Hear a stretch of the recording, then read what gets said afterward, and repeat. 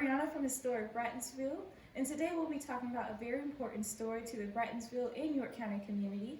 It's about a man named James Williams who became a civil rights local leader in York County during the Reconstruction era. James Williams was born in 1830 on James Lowry's plantation here in York County.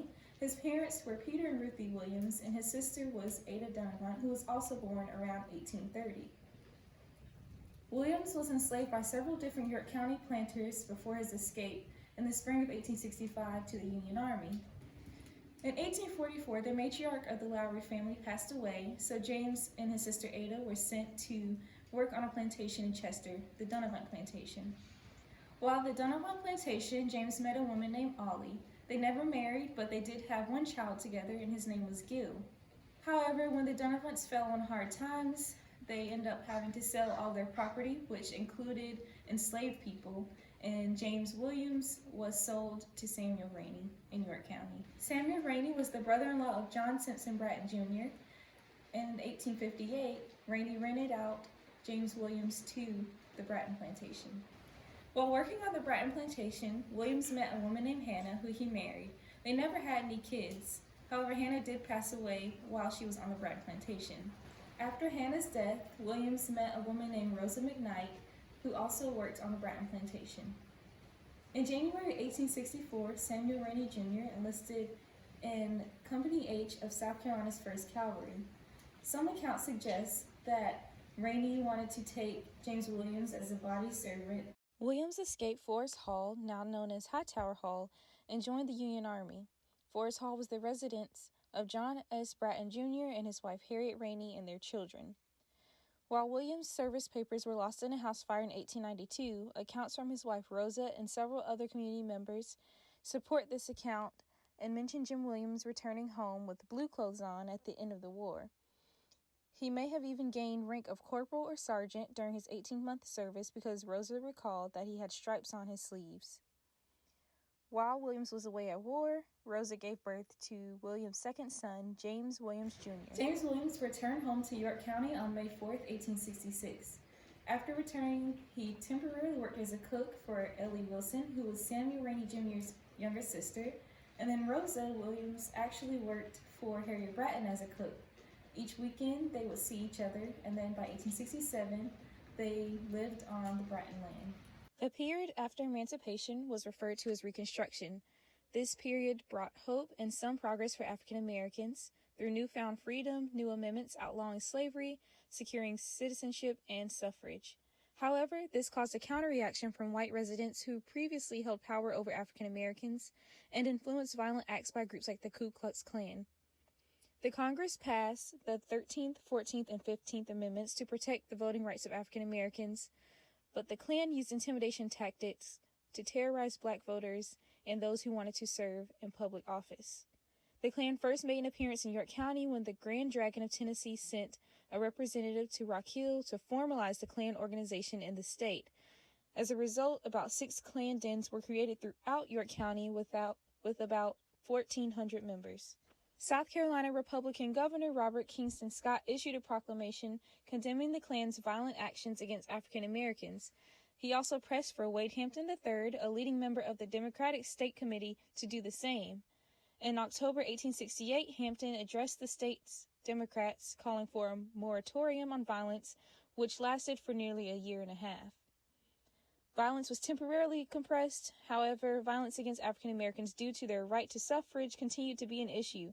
Ballots were visibly marked at this time, which made those who voted Republican a target, and this made many African Americans afraid to leave their homes on Election Day. At this time, South Carolina's government had many African Americans in public office positions, and this was significant because this was the first time the state had ever seen anything like this.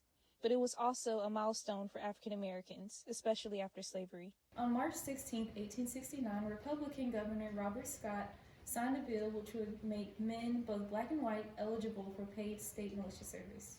There were 3 militia units in York County. One was in the Cherokee Township, one was in Rock Hill, and the third was near Forest Hall. James Williams enlisted in the Forest Hall militia and was eventually appointed captain. As a result of James's leadership, white members of the Forest Hall militia resigned because they did not want a black man to lead them, and the Klan also threatened white members for their participation. Because of these reasons, there was an all-black militia in York County. The existence of a black militia triggered an arms race where fearful white residents believed they needed to protect themselves from black militiamen. This ended Hampton's moratorium that was called in October 1868. Several acts of physical violence and murder have been committed against York County African Americans. The United States Congress passed the Enforcement Act of May 1870 in an effort to stop the violence of the Klan and their intentions of violating African Americans' right to vote. Unfortunately, this did not stop the Klan, and Congress passed two more acts known as the Ku Klux Klan Acts. They were also referred to as the Second and Third Force Acts, which were passed in 1871, and this gave the president power to try and protect African Americans' right to vote and protect them from any Klan violence. In South Carolina, Governor Scott realized the militias were forming tensions and violence was rising again, so he disbanded the militias in January of 1871.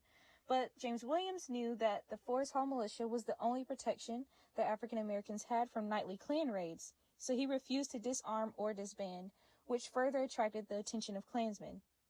Williams regularly spoke against the violence of the Klan and was brought further into the public eye when he used his authority as a militia captain to arrest a white man named Robert Mendenhall, who had started an altercation with one of Williams' militiamen. Community members in York County wanted to try and calm the tensions that were going on during this time.